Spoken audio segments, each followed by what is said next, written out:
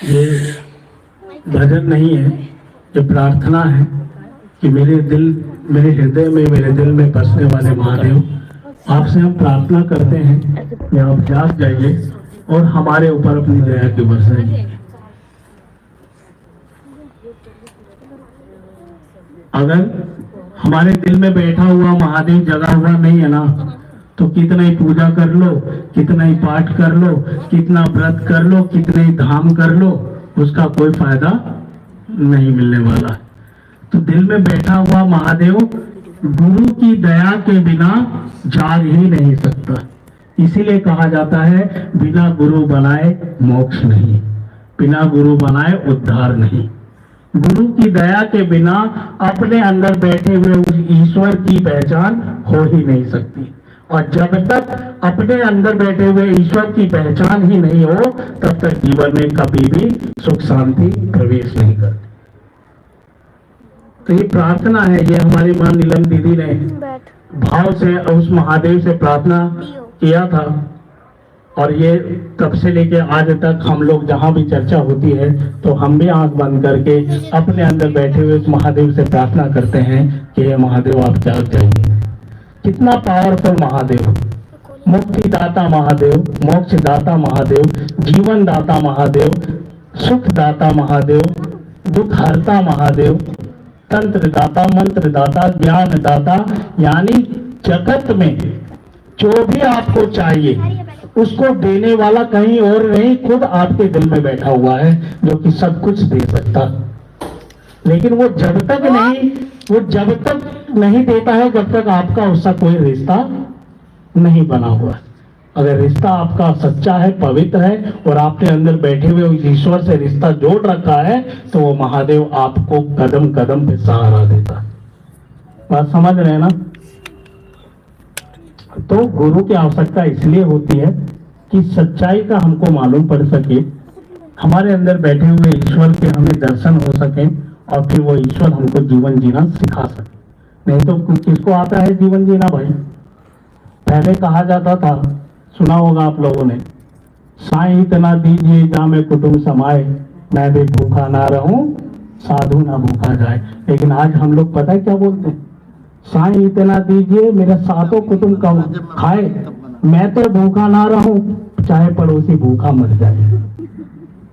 नहीं, आज हाँ ऐसे ही आदमी हो गए हैं ना कि मुझको मिलना चाहिए, दूसरे को कष्ट है, मुझे उससे फर्क नहीं पड़ता। और ऐसा आदमी दिया जलाए तो कोई फायदा थोड़ी होने वाला है? ऐसा आदमी व्रत करे कोई फायदा होने वाला है क्या? ऐसा आदमी कोई धाम करे कोई फायदा होने वाला है क्या?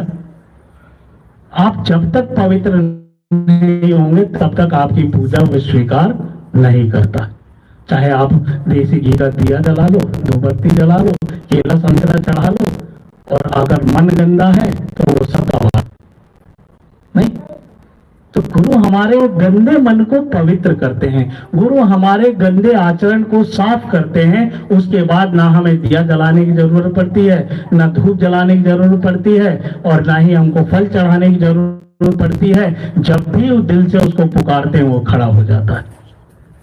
जब भी उस परमात्मा, उस शिव को दिल से पुकारते हैं, वो शिव हमारे लिए खड़े हो जाते हैं और हमारी मदद करते हैं।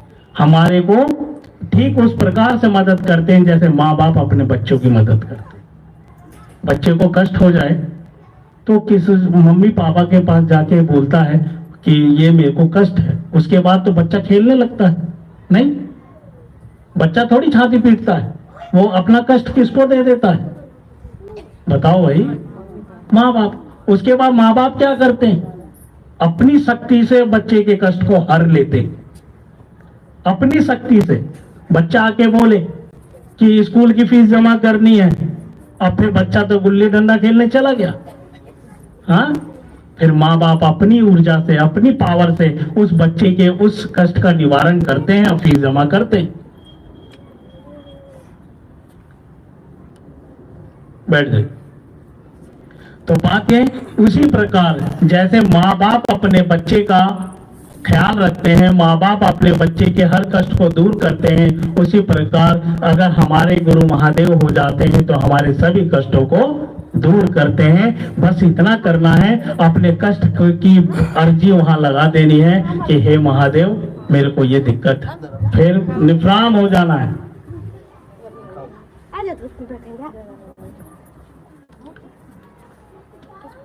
मैं पिछली चर्चा में एक बात बताया था, अभी लोग नहीं ज्यादा हैं तो फिर बता दूं आपको। एक बार एक मंदिर में एक मान्यता थी उस मंदिर की। उस मंदिर की मान्यता ये थी कि जो भी व्यक्ति के हाथ में गंगा जी का जल आ जाएगा ना, हाथ अक्षरा लगाने से अगर गंगा जी उस मंदिर से आ जाएंगे उसके हाथ में, तो उसका सेवा स्वीकार हो जाएगी। तो 30-40 लोग थे, सब नंबर लगा लगा के हाथ फैला रहे थे, हाथ पे किसी का हाथ पे नहीं भरा। तो एक बूढ़ा व्यक्ति लंगड़ते लंगड़ते वहां पर गया और जब उसने हाथ फैलाया तो गंगा जी प्रकट हो, गंगा जी की धार उसके हाथों पे आ गया। तो सब बोले उससे, पंडित जी से पूछा उन्होंने कि हम सबको तो गंगा जी ने दिया ही नहीं, पर इनको क्यों दे दिया? तो बोले कि जाके उनसे ही पूछो। तो पूछा कि बाबा आपको गंगा जी ने क्यों दे दिया, हमको क्यों नहीं दिया? कह रहे तुम शरीर से थे, मैं मन से था। समझ रहे हैं मैं क्या कहना चाह रहा हूँ? जो यहाँ बैठे हैं, यहाँ पे मन बैठेगा तब वो उसको दे सकता है। अब केवल हाड़ मांस का शरीर बैठेगा तो फिर समय की बर्बादी है। तो जितनी देर अब हमारे गुरु महादेव की चर्चा हो तो मन से बैठिएगा, मन से सुनिएगा, तब देखिएगा कि वो आपकी उंगली पकड़ता है कि नहीं। और शरीर से बैठ के क्या फायदा है फायदा जी? शरीर से बैठ के कोई फायदा नहीं है। जहां आप मन लगाकर बैठेंगे तो कुछ पकड़ लेगा आपका मन, और आपका मन है एक बार, केवल एक बार उस मन ने अगर इसको पकड़ लिया, आपका जीवन को उद्धार कर देगा महादेव। केवल एक बार भी मन ने पकड़ लिया, तो मन को लगा के बैठोगे तब न पकड़ेगा।